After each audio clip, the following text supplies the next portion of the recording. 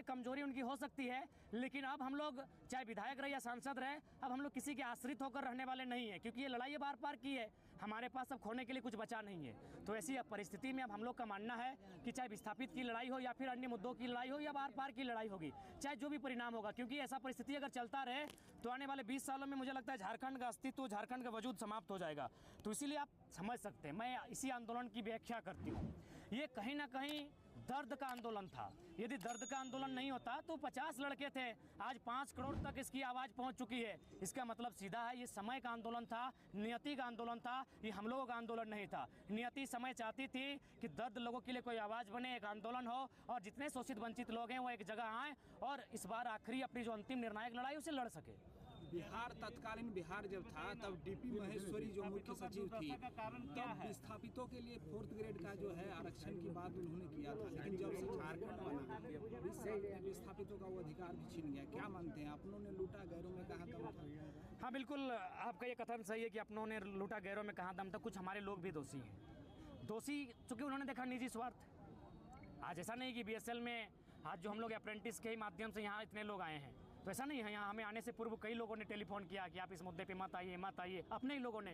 तो कहीं ना कहीं आप बहुत सारे अपने लोग हैं जिनको काफ़ी मतलब धनराशि उनको दान दी जाती है या फिर उनको चंदा के रूप में दिया जाता है, उनको चुनाव लड़ने के लिए चंदा के रूप में जाता है, तो अपने लोग हैं। तो अब 23 सालों के झारखंड ने बहुत दुर्दशा को देखा है। अब अपने रहें या फिर कोई और रहे, अब हम लोग अपना शोषण नहीं सहेंगे, हमारी आवाज़ रहे, हमारे जो भी लड़ाकू हैं वो अब सामने आकर अपनी लड़ाई को लड़ेंगे, आर पार की लड़ाई लड़ेंगे। और फिलहाल हम लोग भी विधिवत लड़ेंगे, एक चरणबद्ध होकर लड़ेंगे, एक सीरीज में लड़ाई लड़ेंगे। दादा आपका कुछ सवाल था? विस्थापितों का दुर्दशा का कारण क्या है और 50 सालों में किस कारण से विस्थापित चलेगा? देखिए, विस्थापितों की सबसे जो पहला कारण है आपसी एकजुटता का ना होना।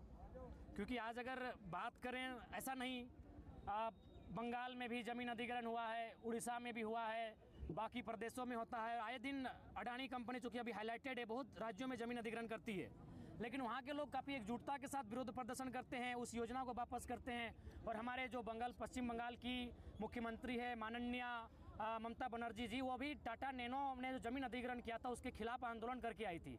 यानी सबसे प्रमुख कारण हमारे लोगों की एकजुटता का ना होना।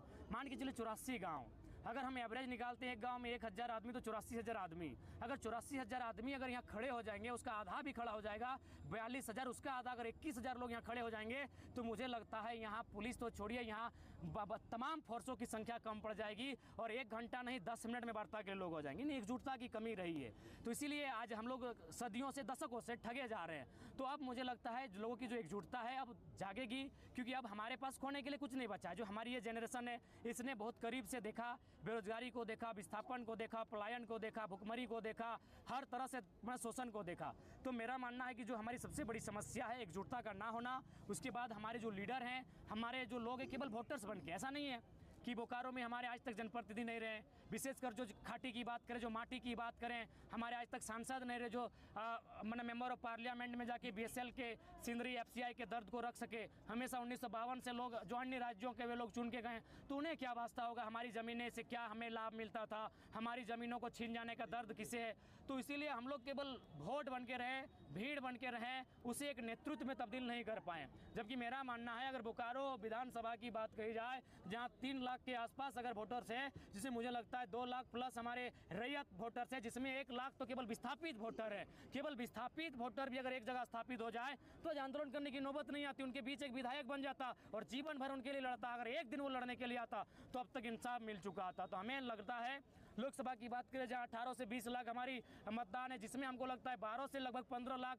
स्थानीय लोग वोटर के रूप में हैं, लेकिन आज तक अपना सांसद नहीं चुन पाते हैं। जबकि इसी क्षेत्र में कोयला है, आपका बागमारा में तमाम फैक्ट्रियां हैं, कल कारखाने हैं, सिंदरी में इतना बड़ा है, निरसा में तमाम आपके मैथेन है, पंचायत है, बोकारो में आपका वेदांता है, कहीं डालमिया है, यहीं आपका BSL है, लेकिन हम अपना मेंबर ऑफ हाउस पार्लियामेंट के लिए आज तक नहीं चुन पाए। देखिए, आज हम जितना आपके सामने बात को रख रहे हैं, बेहतर बात रख रहे हैं, सुनने वाले भी बेहतर हैं और आप लोग भी बेहतर लोग लोग हैं, लेकिन हमें एक हाउस चाहिए जहां हम रख सके, जहां बात की गरिमा हो, तो वहां हमारे लोग चुन के नहीं जा रहे हैं। इसीलिए अब हमारा 24 का ये भी लक्ष्य होगा। लोगों ने आरोप लगाया कि आप लोग आंदोलन कर रहे हैं, अब नेता बनने की क्या जरूरत है, MP MLA बनने की क्या जरूरत है।